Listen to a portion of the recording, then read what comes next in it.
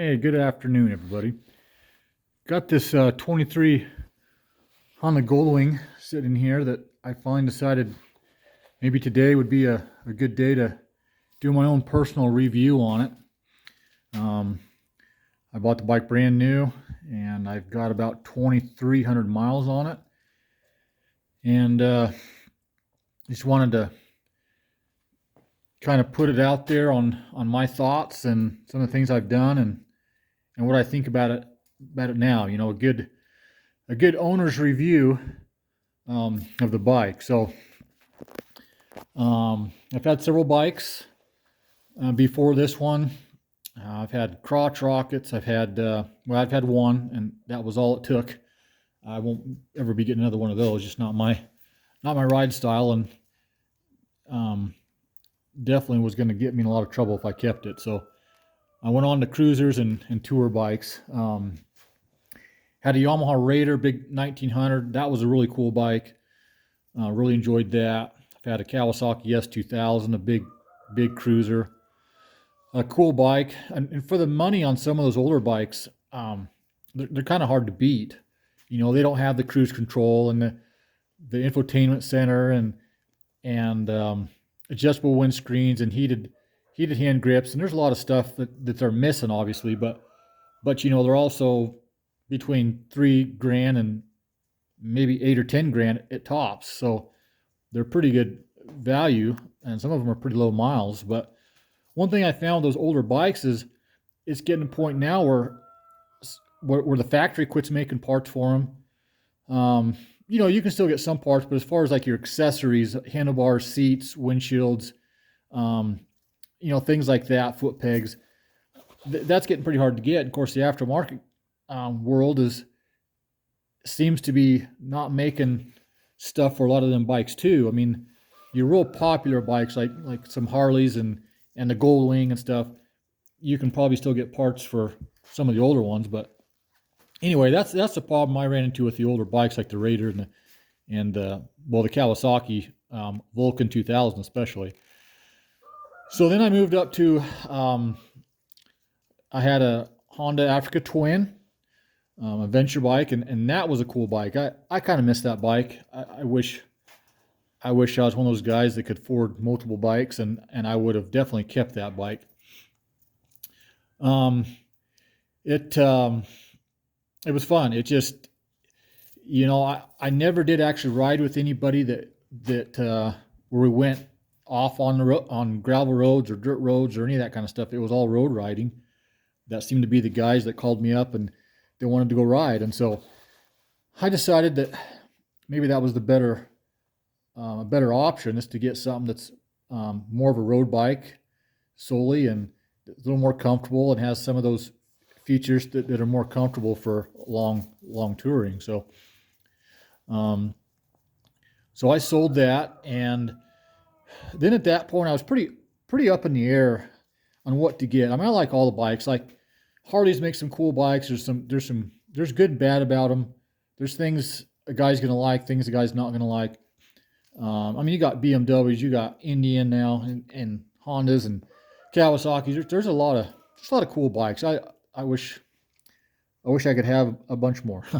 Wish I could have this whole shop filled with them, but I'm not that lucky. So anyway, I ended up settling on before this bike a 17 Harley Davidson Road Glide Ultra, real nice bike. And it was a good deal. Had 1,500 miles on it. And I thought, okay, this is a pretty good buy.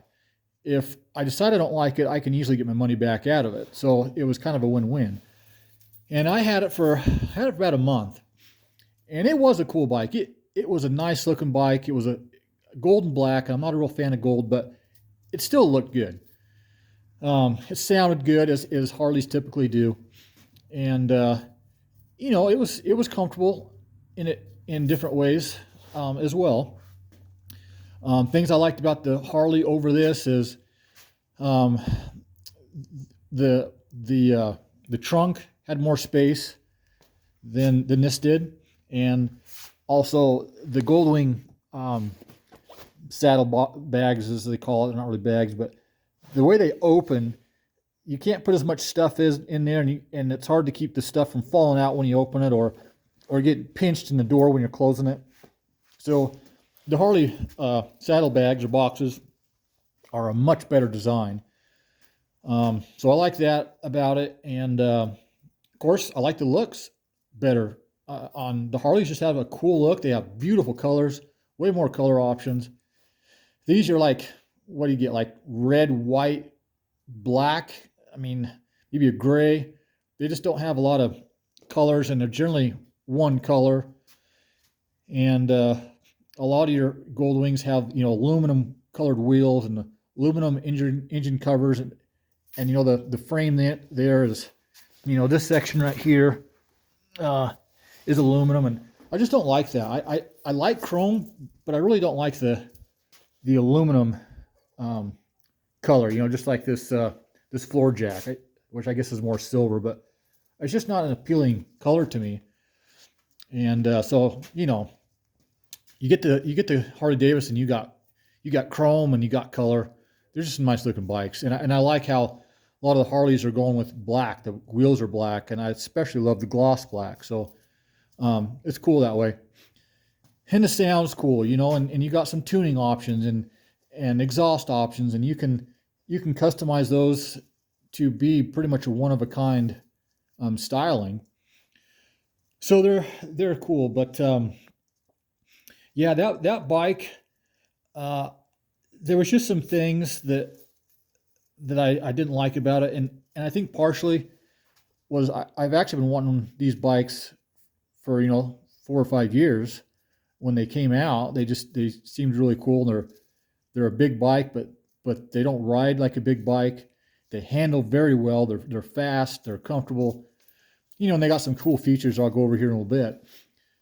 And so with all that in my mind, I'm thinking, this Harley's just not cutting it. And I think the two things that part of me probably steered me away from it, and really decided make me want to sell it, see if I could sell it, was first of all the exhaust. It had some Screaming Eagle exhaust with no baffles or nothing in it, and it was so loud that it'd kind of get to you after a pretty short while. And it if you didn't have a helmet, it was actually better. But I like to wear with helmets, and when you did that, it had like a drone inside the helmet, like a cab on a pickup or an old muscle car or something. It was just real annoying after a while, and it made me not want to ride with a helmet at all, which I didn't really want to do. So to fix that, I could have done some different exhaust, and that was going to add some money, and I didn't know if I really wanted to put more money into it. And the other thing was the heat. That was the second biggest issue, is the dang heat. They're so hot. Now the one I had, it had water cooled heads, and it had some little radiators out front on the side with fans on them, and so it was probably one of the better cooled Harleys out there. But even still, it put off more heat than pretty much any of the other bikes I've been on, especially this Goldwing. And so that was the second thing. The third thing was it was just a heavy bike. It didn't ride real good compared to some of the other bikes like this with electronic adjustable suspension, and it just rode heavy. And sometimes you get in a position where you have to back your bike up, and you just, unless you're a big guy, have long legs, you just can't hardly back them things up. And the way I park my bike in here in my shop, is I go make a U-turn in front of the door, and I back it in here, and it was really difficult to do with that Ultra. Just a heavy bike, and of course the Goldwing has reverse, and so it's easy to maneuver the bike, and you don't have to worry about how you park it or where you park it or any of that. With reverse, if you need it, it's there, and it really helps to maneuver this bike around in your shop or garage or whatever you're doing. So that was it. So those are the three things. The exhaust, I knew I was gonna have to spend money on. The heat, not much you can do about that. And then just the size and the weight of it kind of led me to think, yeah, let's see if I can sell it. Of course I did, and ended up buying this. So um, this, you know, another bike I got to ride was an Indian Challenger, and I really like that bike. I like the power, I like the smooth ride, the suspension on it, the fit. I love the seat. The seat is probably the most comfortable factory seat I've ever sat on. That's probably something I would not have to change on the Indian Challengers. That seat, it was really nice. So may have had to do something different because of the wife. I don't know. She never sat on it and rode with me, but it was nice. And the power was awesome. It had good power, good torque, and of course the one of the ones I rode had exhaust and a tune, and so it was impressive. I really liked it. I would have definitely bought the Challenger over this Goldwing, except Polaris owns Indian, and I've had several bad experiences with Polarises. I've ridden with other people that have had bad experiences. I just don't find them to be a reliable product. They have what I feel is bad quality control. I know some guys get them and don't have any problems, but I had a lot of problems, and the friends and the people I hung out with also had problems. So a lot of them have went to Can-Ams or other, Can-Am side by sides or ski-doo snowmobiles, and I think there's a reason for it. So anyway, I was afraid that some of that was going to carry over into the Indian line. So that was my main reason for not doing that. And of course, you got BMWs, but they're an expensive bike, and I don't think their cars are all that reliable. They can kind of tend to when they get to a certain age and mileage, they kind of nickel and dime a guy. So I was kind of afraid of that happening. And there's not real good dealer support. Like I don't have a dealer, close dealer's an hour and a half away. So the BMW really didn't interest me much, and it had some handling characteristics that I heard from different reviewers that weren't as good as some of the Harleys and this Goldwing. So I didn't test drive a BMW. I didn't really give it much thought, mostly because of my reliability concerns and just the dealer support on it. So really, it came out of this Goldwing. I mean, out the door with tax and everything, I was around $30,000 for it. Really, a stupid amount of money to pay for a bike, and sometimes I have a bit of buyer's remorse because I just think, man, what a stupid amount of money to spend on a motorcycle. I should have been better than that, but I think it happens to all of us. We all find things that we enjoy, we like, and we want, and so we do it without giving it much thought, and that's kind of what happened. And I do like it, but sometimes it's just that 30,000 a lot of money. But when you start looking at bikes for around that price, it's hard to beat this Goldwing with everything it has on it, the reliability that goes with Honda, the dealer support. So all in all, it's a pretty good bike. But even this was way too much money, and that's one of the biggest problems I have with Harley Davidson is the amount of money they want for the bikes. They're stupid. The new 24s have come out. The road Street Glide and the Road Glide. I love the new styling. A lot of cool features, better cooling, more power. They're pretty cool bikes, but what are the new CVOs, like 45 grand, 43 grand? It's just stupid. I can't do it. So that's my problem with Harleys is the bikes, most of the bikes that I want are just terribly expensive. So that pretty much rules them out. And so anyway, here it is. Like I said, I got 2,300 miles on it. It's been good. Things I don't like, I'll go over first. Like again, I don't like the way the saddlebags are. I don't like that there isn't, as of yet anyway, there isn't good tuning options for more power or to change the exhaust. There's not really any that I've found any good aftermarket exhaust for it. You can't change the headers or anything performance-wise. It's pretty much is what it is. The seat is not terribly uncomfortable, but it is not as comfortable as it should be for a bike like this. If I don't get a wild hair and decide to sell this for something else, I will have to be changing that seat, because it's, for me, you know, I'm 5'9", 160 pounds. After about an hour, I'm done with it. So the seat's going to have to be changed. I don't like that. The handlebars, they're okay, but I wish I could have these come up a little bit and back. And in order to do that, it's going to get pretty expensive, because just the way they have this set up in here, you know, it's not like you can just change the handlebars on it. It gets a little complicated and pretty expensive to do. So, but I'm managing with it okay. My main gripe with it really is, as far as comfort, is the seat. I got to do something about that. The only other thing that I complain about that is a real issue on these bikes is they're just low to the ground, really low. And if you watch some other videos, they're going to tell you to get like an oil pan guard, or get a crash guard, because on these bikes, they're really low right here, and they're prone to damage. And unlike a traditional bike, these bikes don't have a frame in the front of the engine. The engine is pretty much the bottom of the bike. So if you go over hit a rock or something out in the road, something falls off a truck and you can't swerve to miss it, quite a few guys have hit stuff that damaged the transmission case or the engine case, something under there, and makes a big mess out of it. And it's a very costly repair to fix. So it's pretty much, you know, mandatory, which I haven't done yet, that you get some kind of a skid plate that would protect that.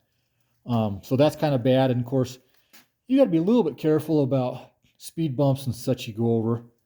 And that was one really cool thing about the Africa Twin, is I could go anywhere. I could ride off a curb or over a speed bump, go off into the gravel a little bit, in a little area or something. You just didn't have to worry about it. But on this bike, more than probably a lot of the other ones, is you've really got to watch that ground clearance and be concerned about what you're running over.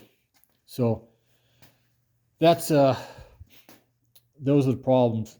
Other than that, I really don't have any complaints. It's smooth, it's fast, it's a big bike and it's heavy, but it don't ride. It's probably lighter than the Harley. I can't remember what the weights are, but it doesn't ride like the Harley. It doesn't ride heavy. It feels nimble in the turns, and for a big bike like this, it's probably one of the best for cornering and riding like, you know, a sport bike if you wanted it to. It's just quick and nimble, and it doesn't ride heavy. And of course, with the reverse, it's easy to maneuver it when you're going slow. It's got excellent balance. Pretty nice bike to ride for it being the size that it is. And again, its size is pretty deceiving, because it's not as heavy as it looks, and it doesn't ride like it looks. So let's see what else. So I guess the trying to think of what else it would be. So one other issue, I think I've mentioned saddlebags already. One other issue I might point out is sometimes people have a problem with this door open up. You push it and it doesn't open. You really got to push it on this one side, and it's kind of a cheesy deal the way it works. But if it does break, it's easy to replace. So, and then this area does get pretty warm. That's where I keep my phone. There's not really any way, unless you take all this off and you run a wire out through here, that you can mount your phone here. I mean, you can get mounts, but the wiring to tap it into your Android Auto or Apple CarPlay, you'll have to change the wiring around, because you really can't, unless you want to cut stuff, you really can't get a wire to come out through here. So, so far my phone has been what's staying in here. It does get pretty hot in there. And you know, some guys have problems with this. Okay, so I got my key off, so my fuel door won't open. It's kind of a pain.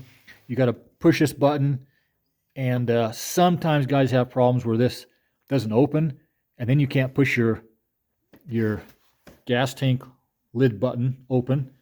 So kind of a dumb idea, I think, but not a big deal. Mine's working fine. Again, my key is off, and so when the key's off, you can't open your doors or anything, and of course this I can't open either.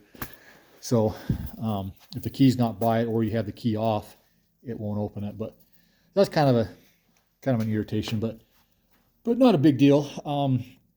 So the things that I've added, obviously this this backrest, and I can't remember for sure. I want to see it's a gold strike, but I may be wrong.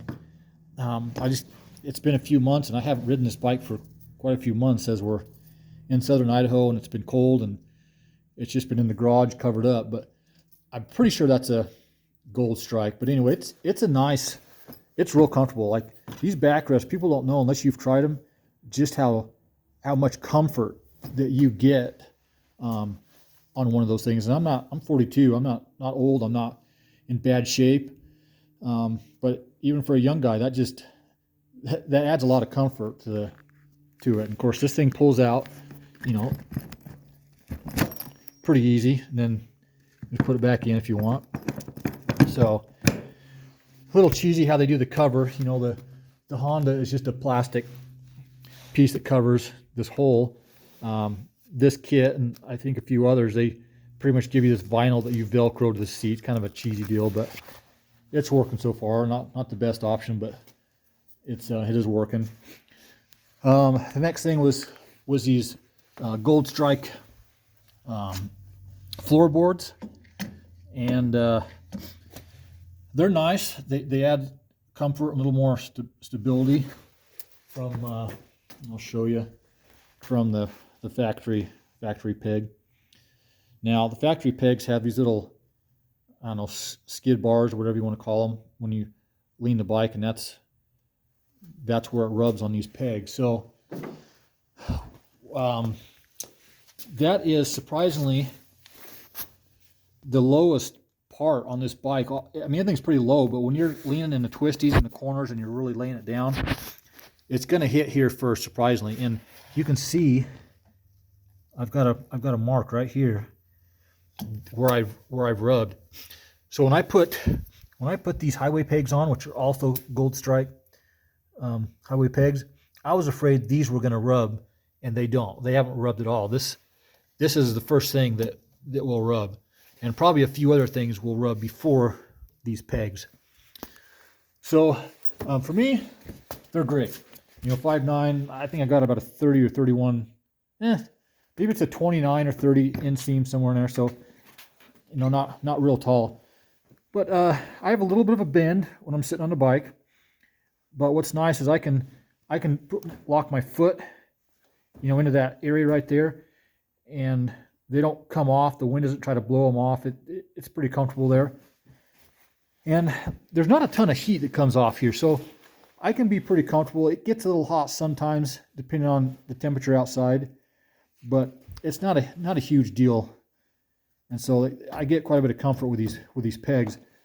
If you're a tall guy, I don't think you'll like them, maybe, but I think you're going to want something farther forward, and these won't go any farther forward. So see, if it'll show what's going on here, there's these holes right here. So I can move this back, but there's no holes on this side, and I can't move it forward. So it won't go forward anymore. You could probably take this and twist it up a little bit more, but it's not going to give you a whole lot more. So really, for a taller guy, I wouldn't recommend these pegs. I would say you need to get, there's several different designs that one kind of mounts here, covers up this Honda emblem. Another kind or two mount to the crash bar. You take this cover off, and you can mount one here. So that's what I would recommend if you're a taller guy. But for me, these Gold Strike pegs are really comfortable, and they work great for me. Installation was good. It just seems like a real good product. And the other thing I did down here, a couple things actually, is I got these tow hooks. In case I need to tow the bike, I have something solid to hook a strap to, because there's really, I don't know where you would hook. There's really nothing on this bike, which is kind of stupid. I mean, you spend that much money, Honda should have some good tie down spots so you can haul it, but they don't. So I don't remember what brand these are, but they weren't terribly hard to install, and I put them on. And then this piece right here, just kind of keeps any debris from getting kicked up in here and nicking up your paint and scuffing everything up and sending mud and water and sand and whatever else you get into up in this area. So just a little more protection. And let's see what else. And then these are factory Honda wind deflectors. They were about $300, and I would not recommend getting them. I wouldn't get them again. My main thought for getting these is when I fold them in, right, they look like they're going to bring a lot of air to me, and sometimes, you know, you want a little bit more air than you get with this bike. There's a lot of coverage on it, but they don't really work that well. The further back you get, a little more, you feel a little bit more, but not enough that I say they're worth it. Like I said, they don't, and they don't really block a ton of air. I mean, I don't really tell any difference when they're out like that, and I move them in. You know, in this area here, I just don't feel a whole lot of difference. So I would say they're not worth the money. Really no reason to get those. Just something else that bugs hit and attach to. I guess actually what they do seem to do is keep help to keep the bugs from hitting here so much. They might help that a little bit, but again, I really don't see much reason to get those. They're definitely not worth the $300. So that's all I've done to it, and I just rode it. It's been a fun bike, and it does really well. So as of right now, the only things that I would like to change is definitely the seat, maybe the handlebars, and probably tuning and exhaust if that ever becomes an option. But who knows? I may decide on getting something different by the time that happens. So anyway, you know, hopefully this was helpful, and some of you guys can get some of your questions answered and kind of know what it's like to have a 23 Honda Goldwing. So anyway, take it easy. See ya.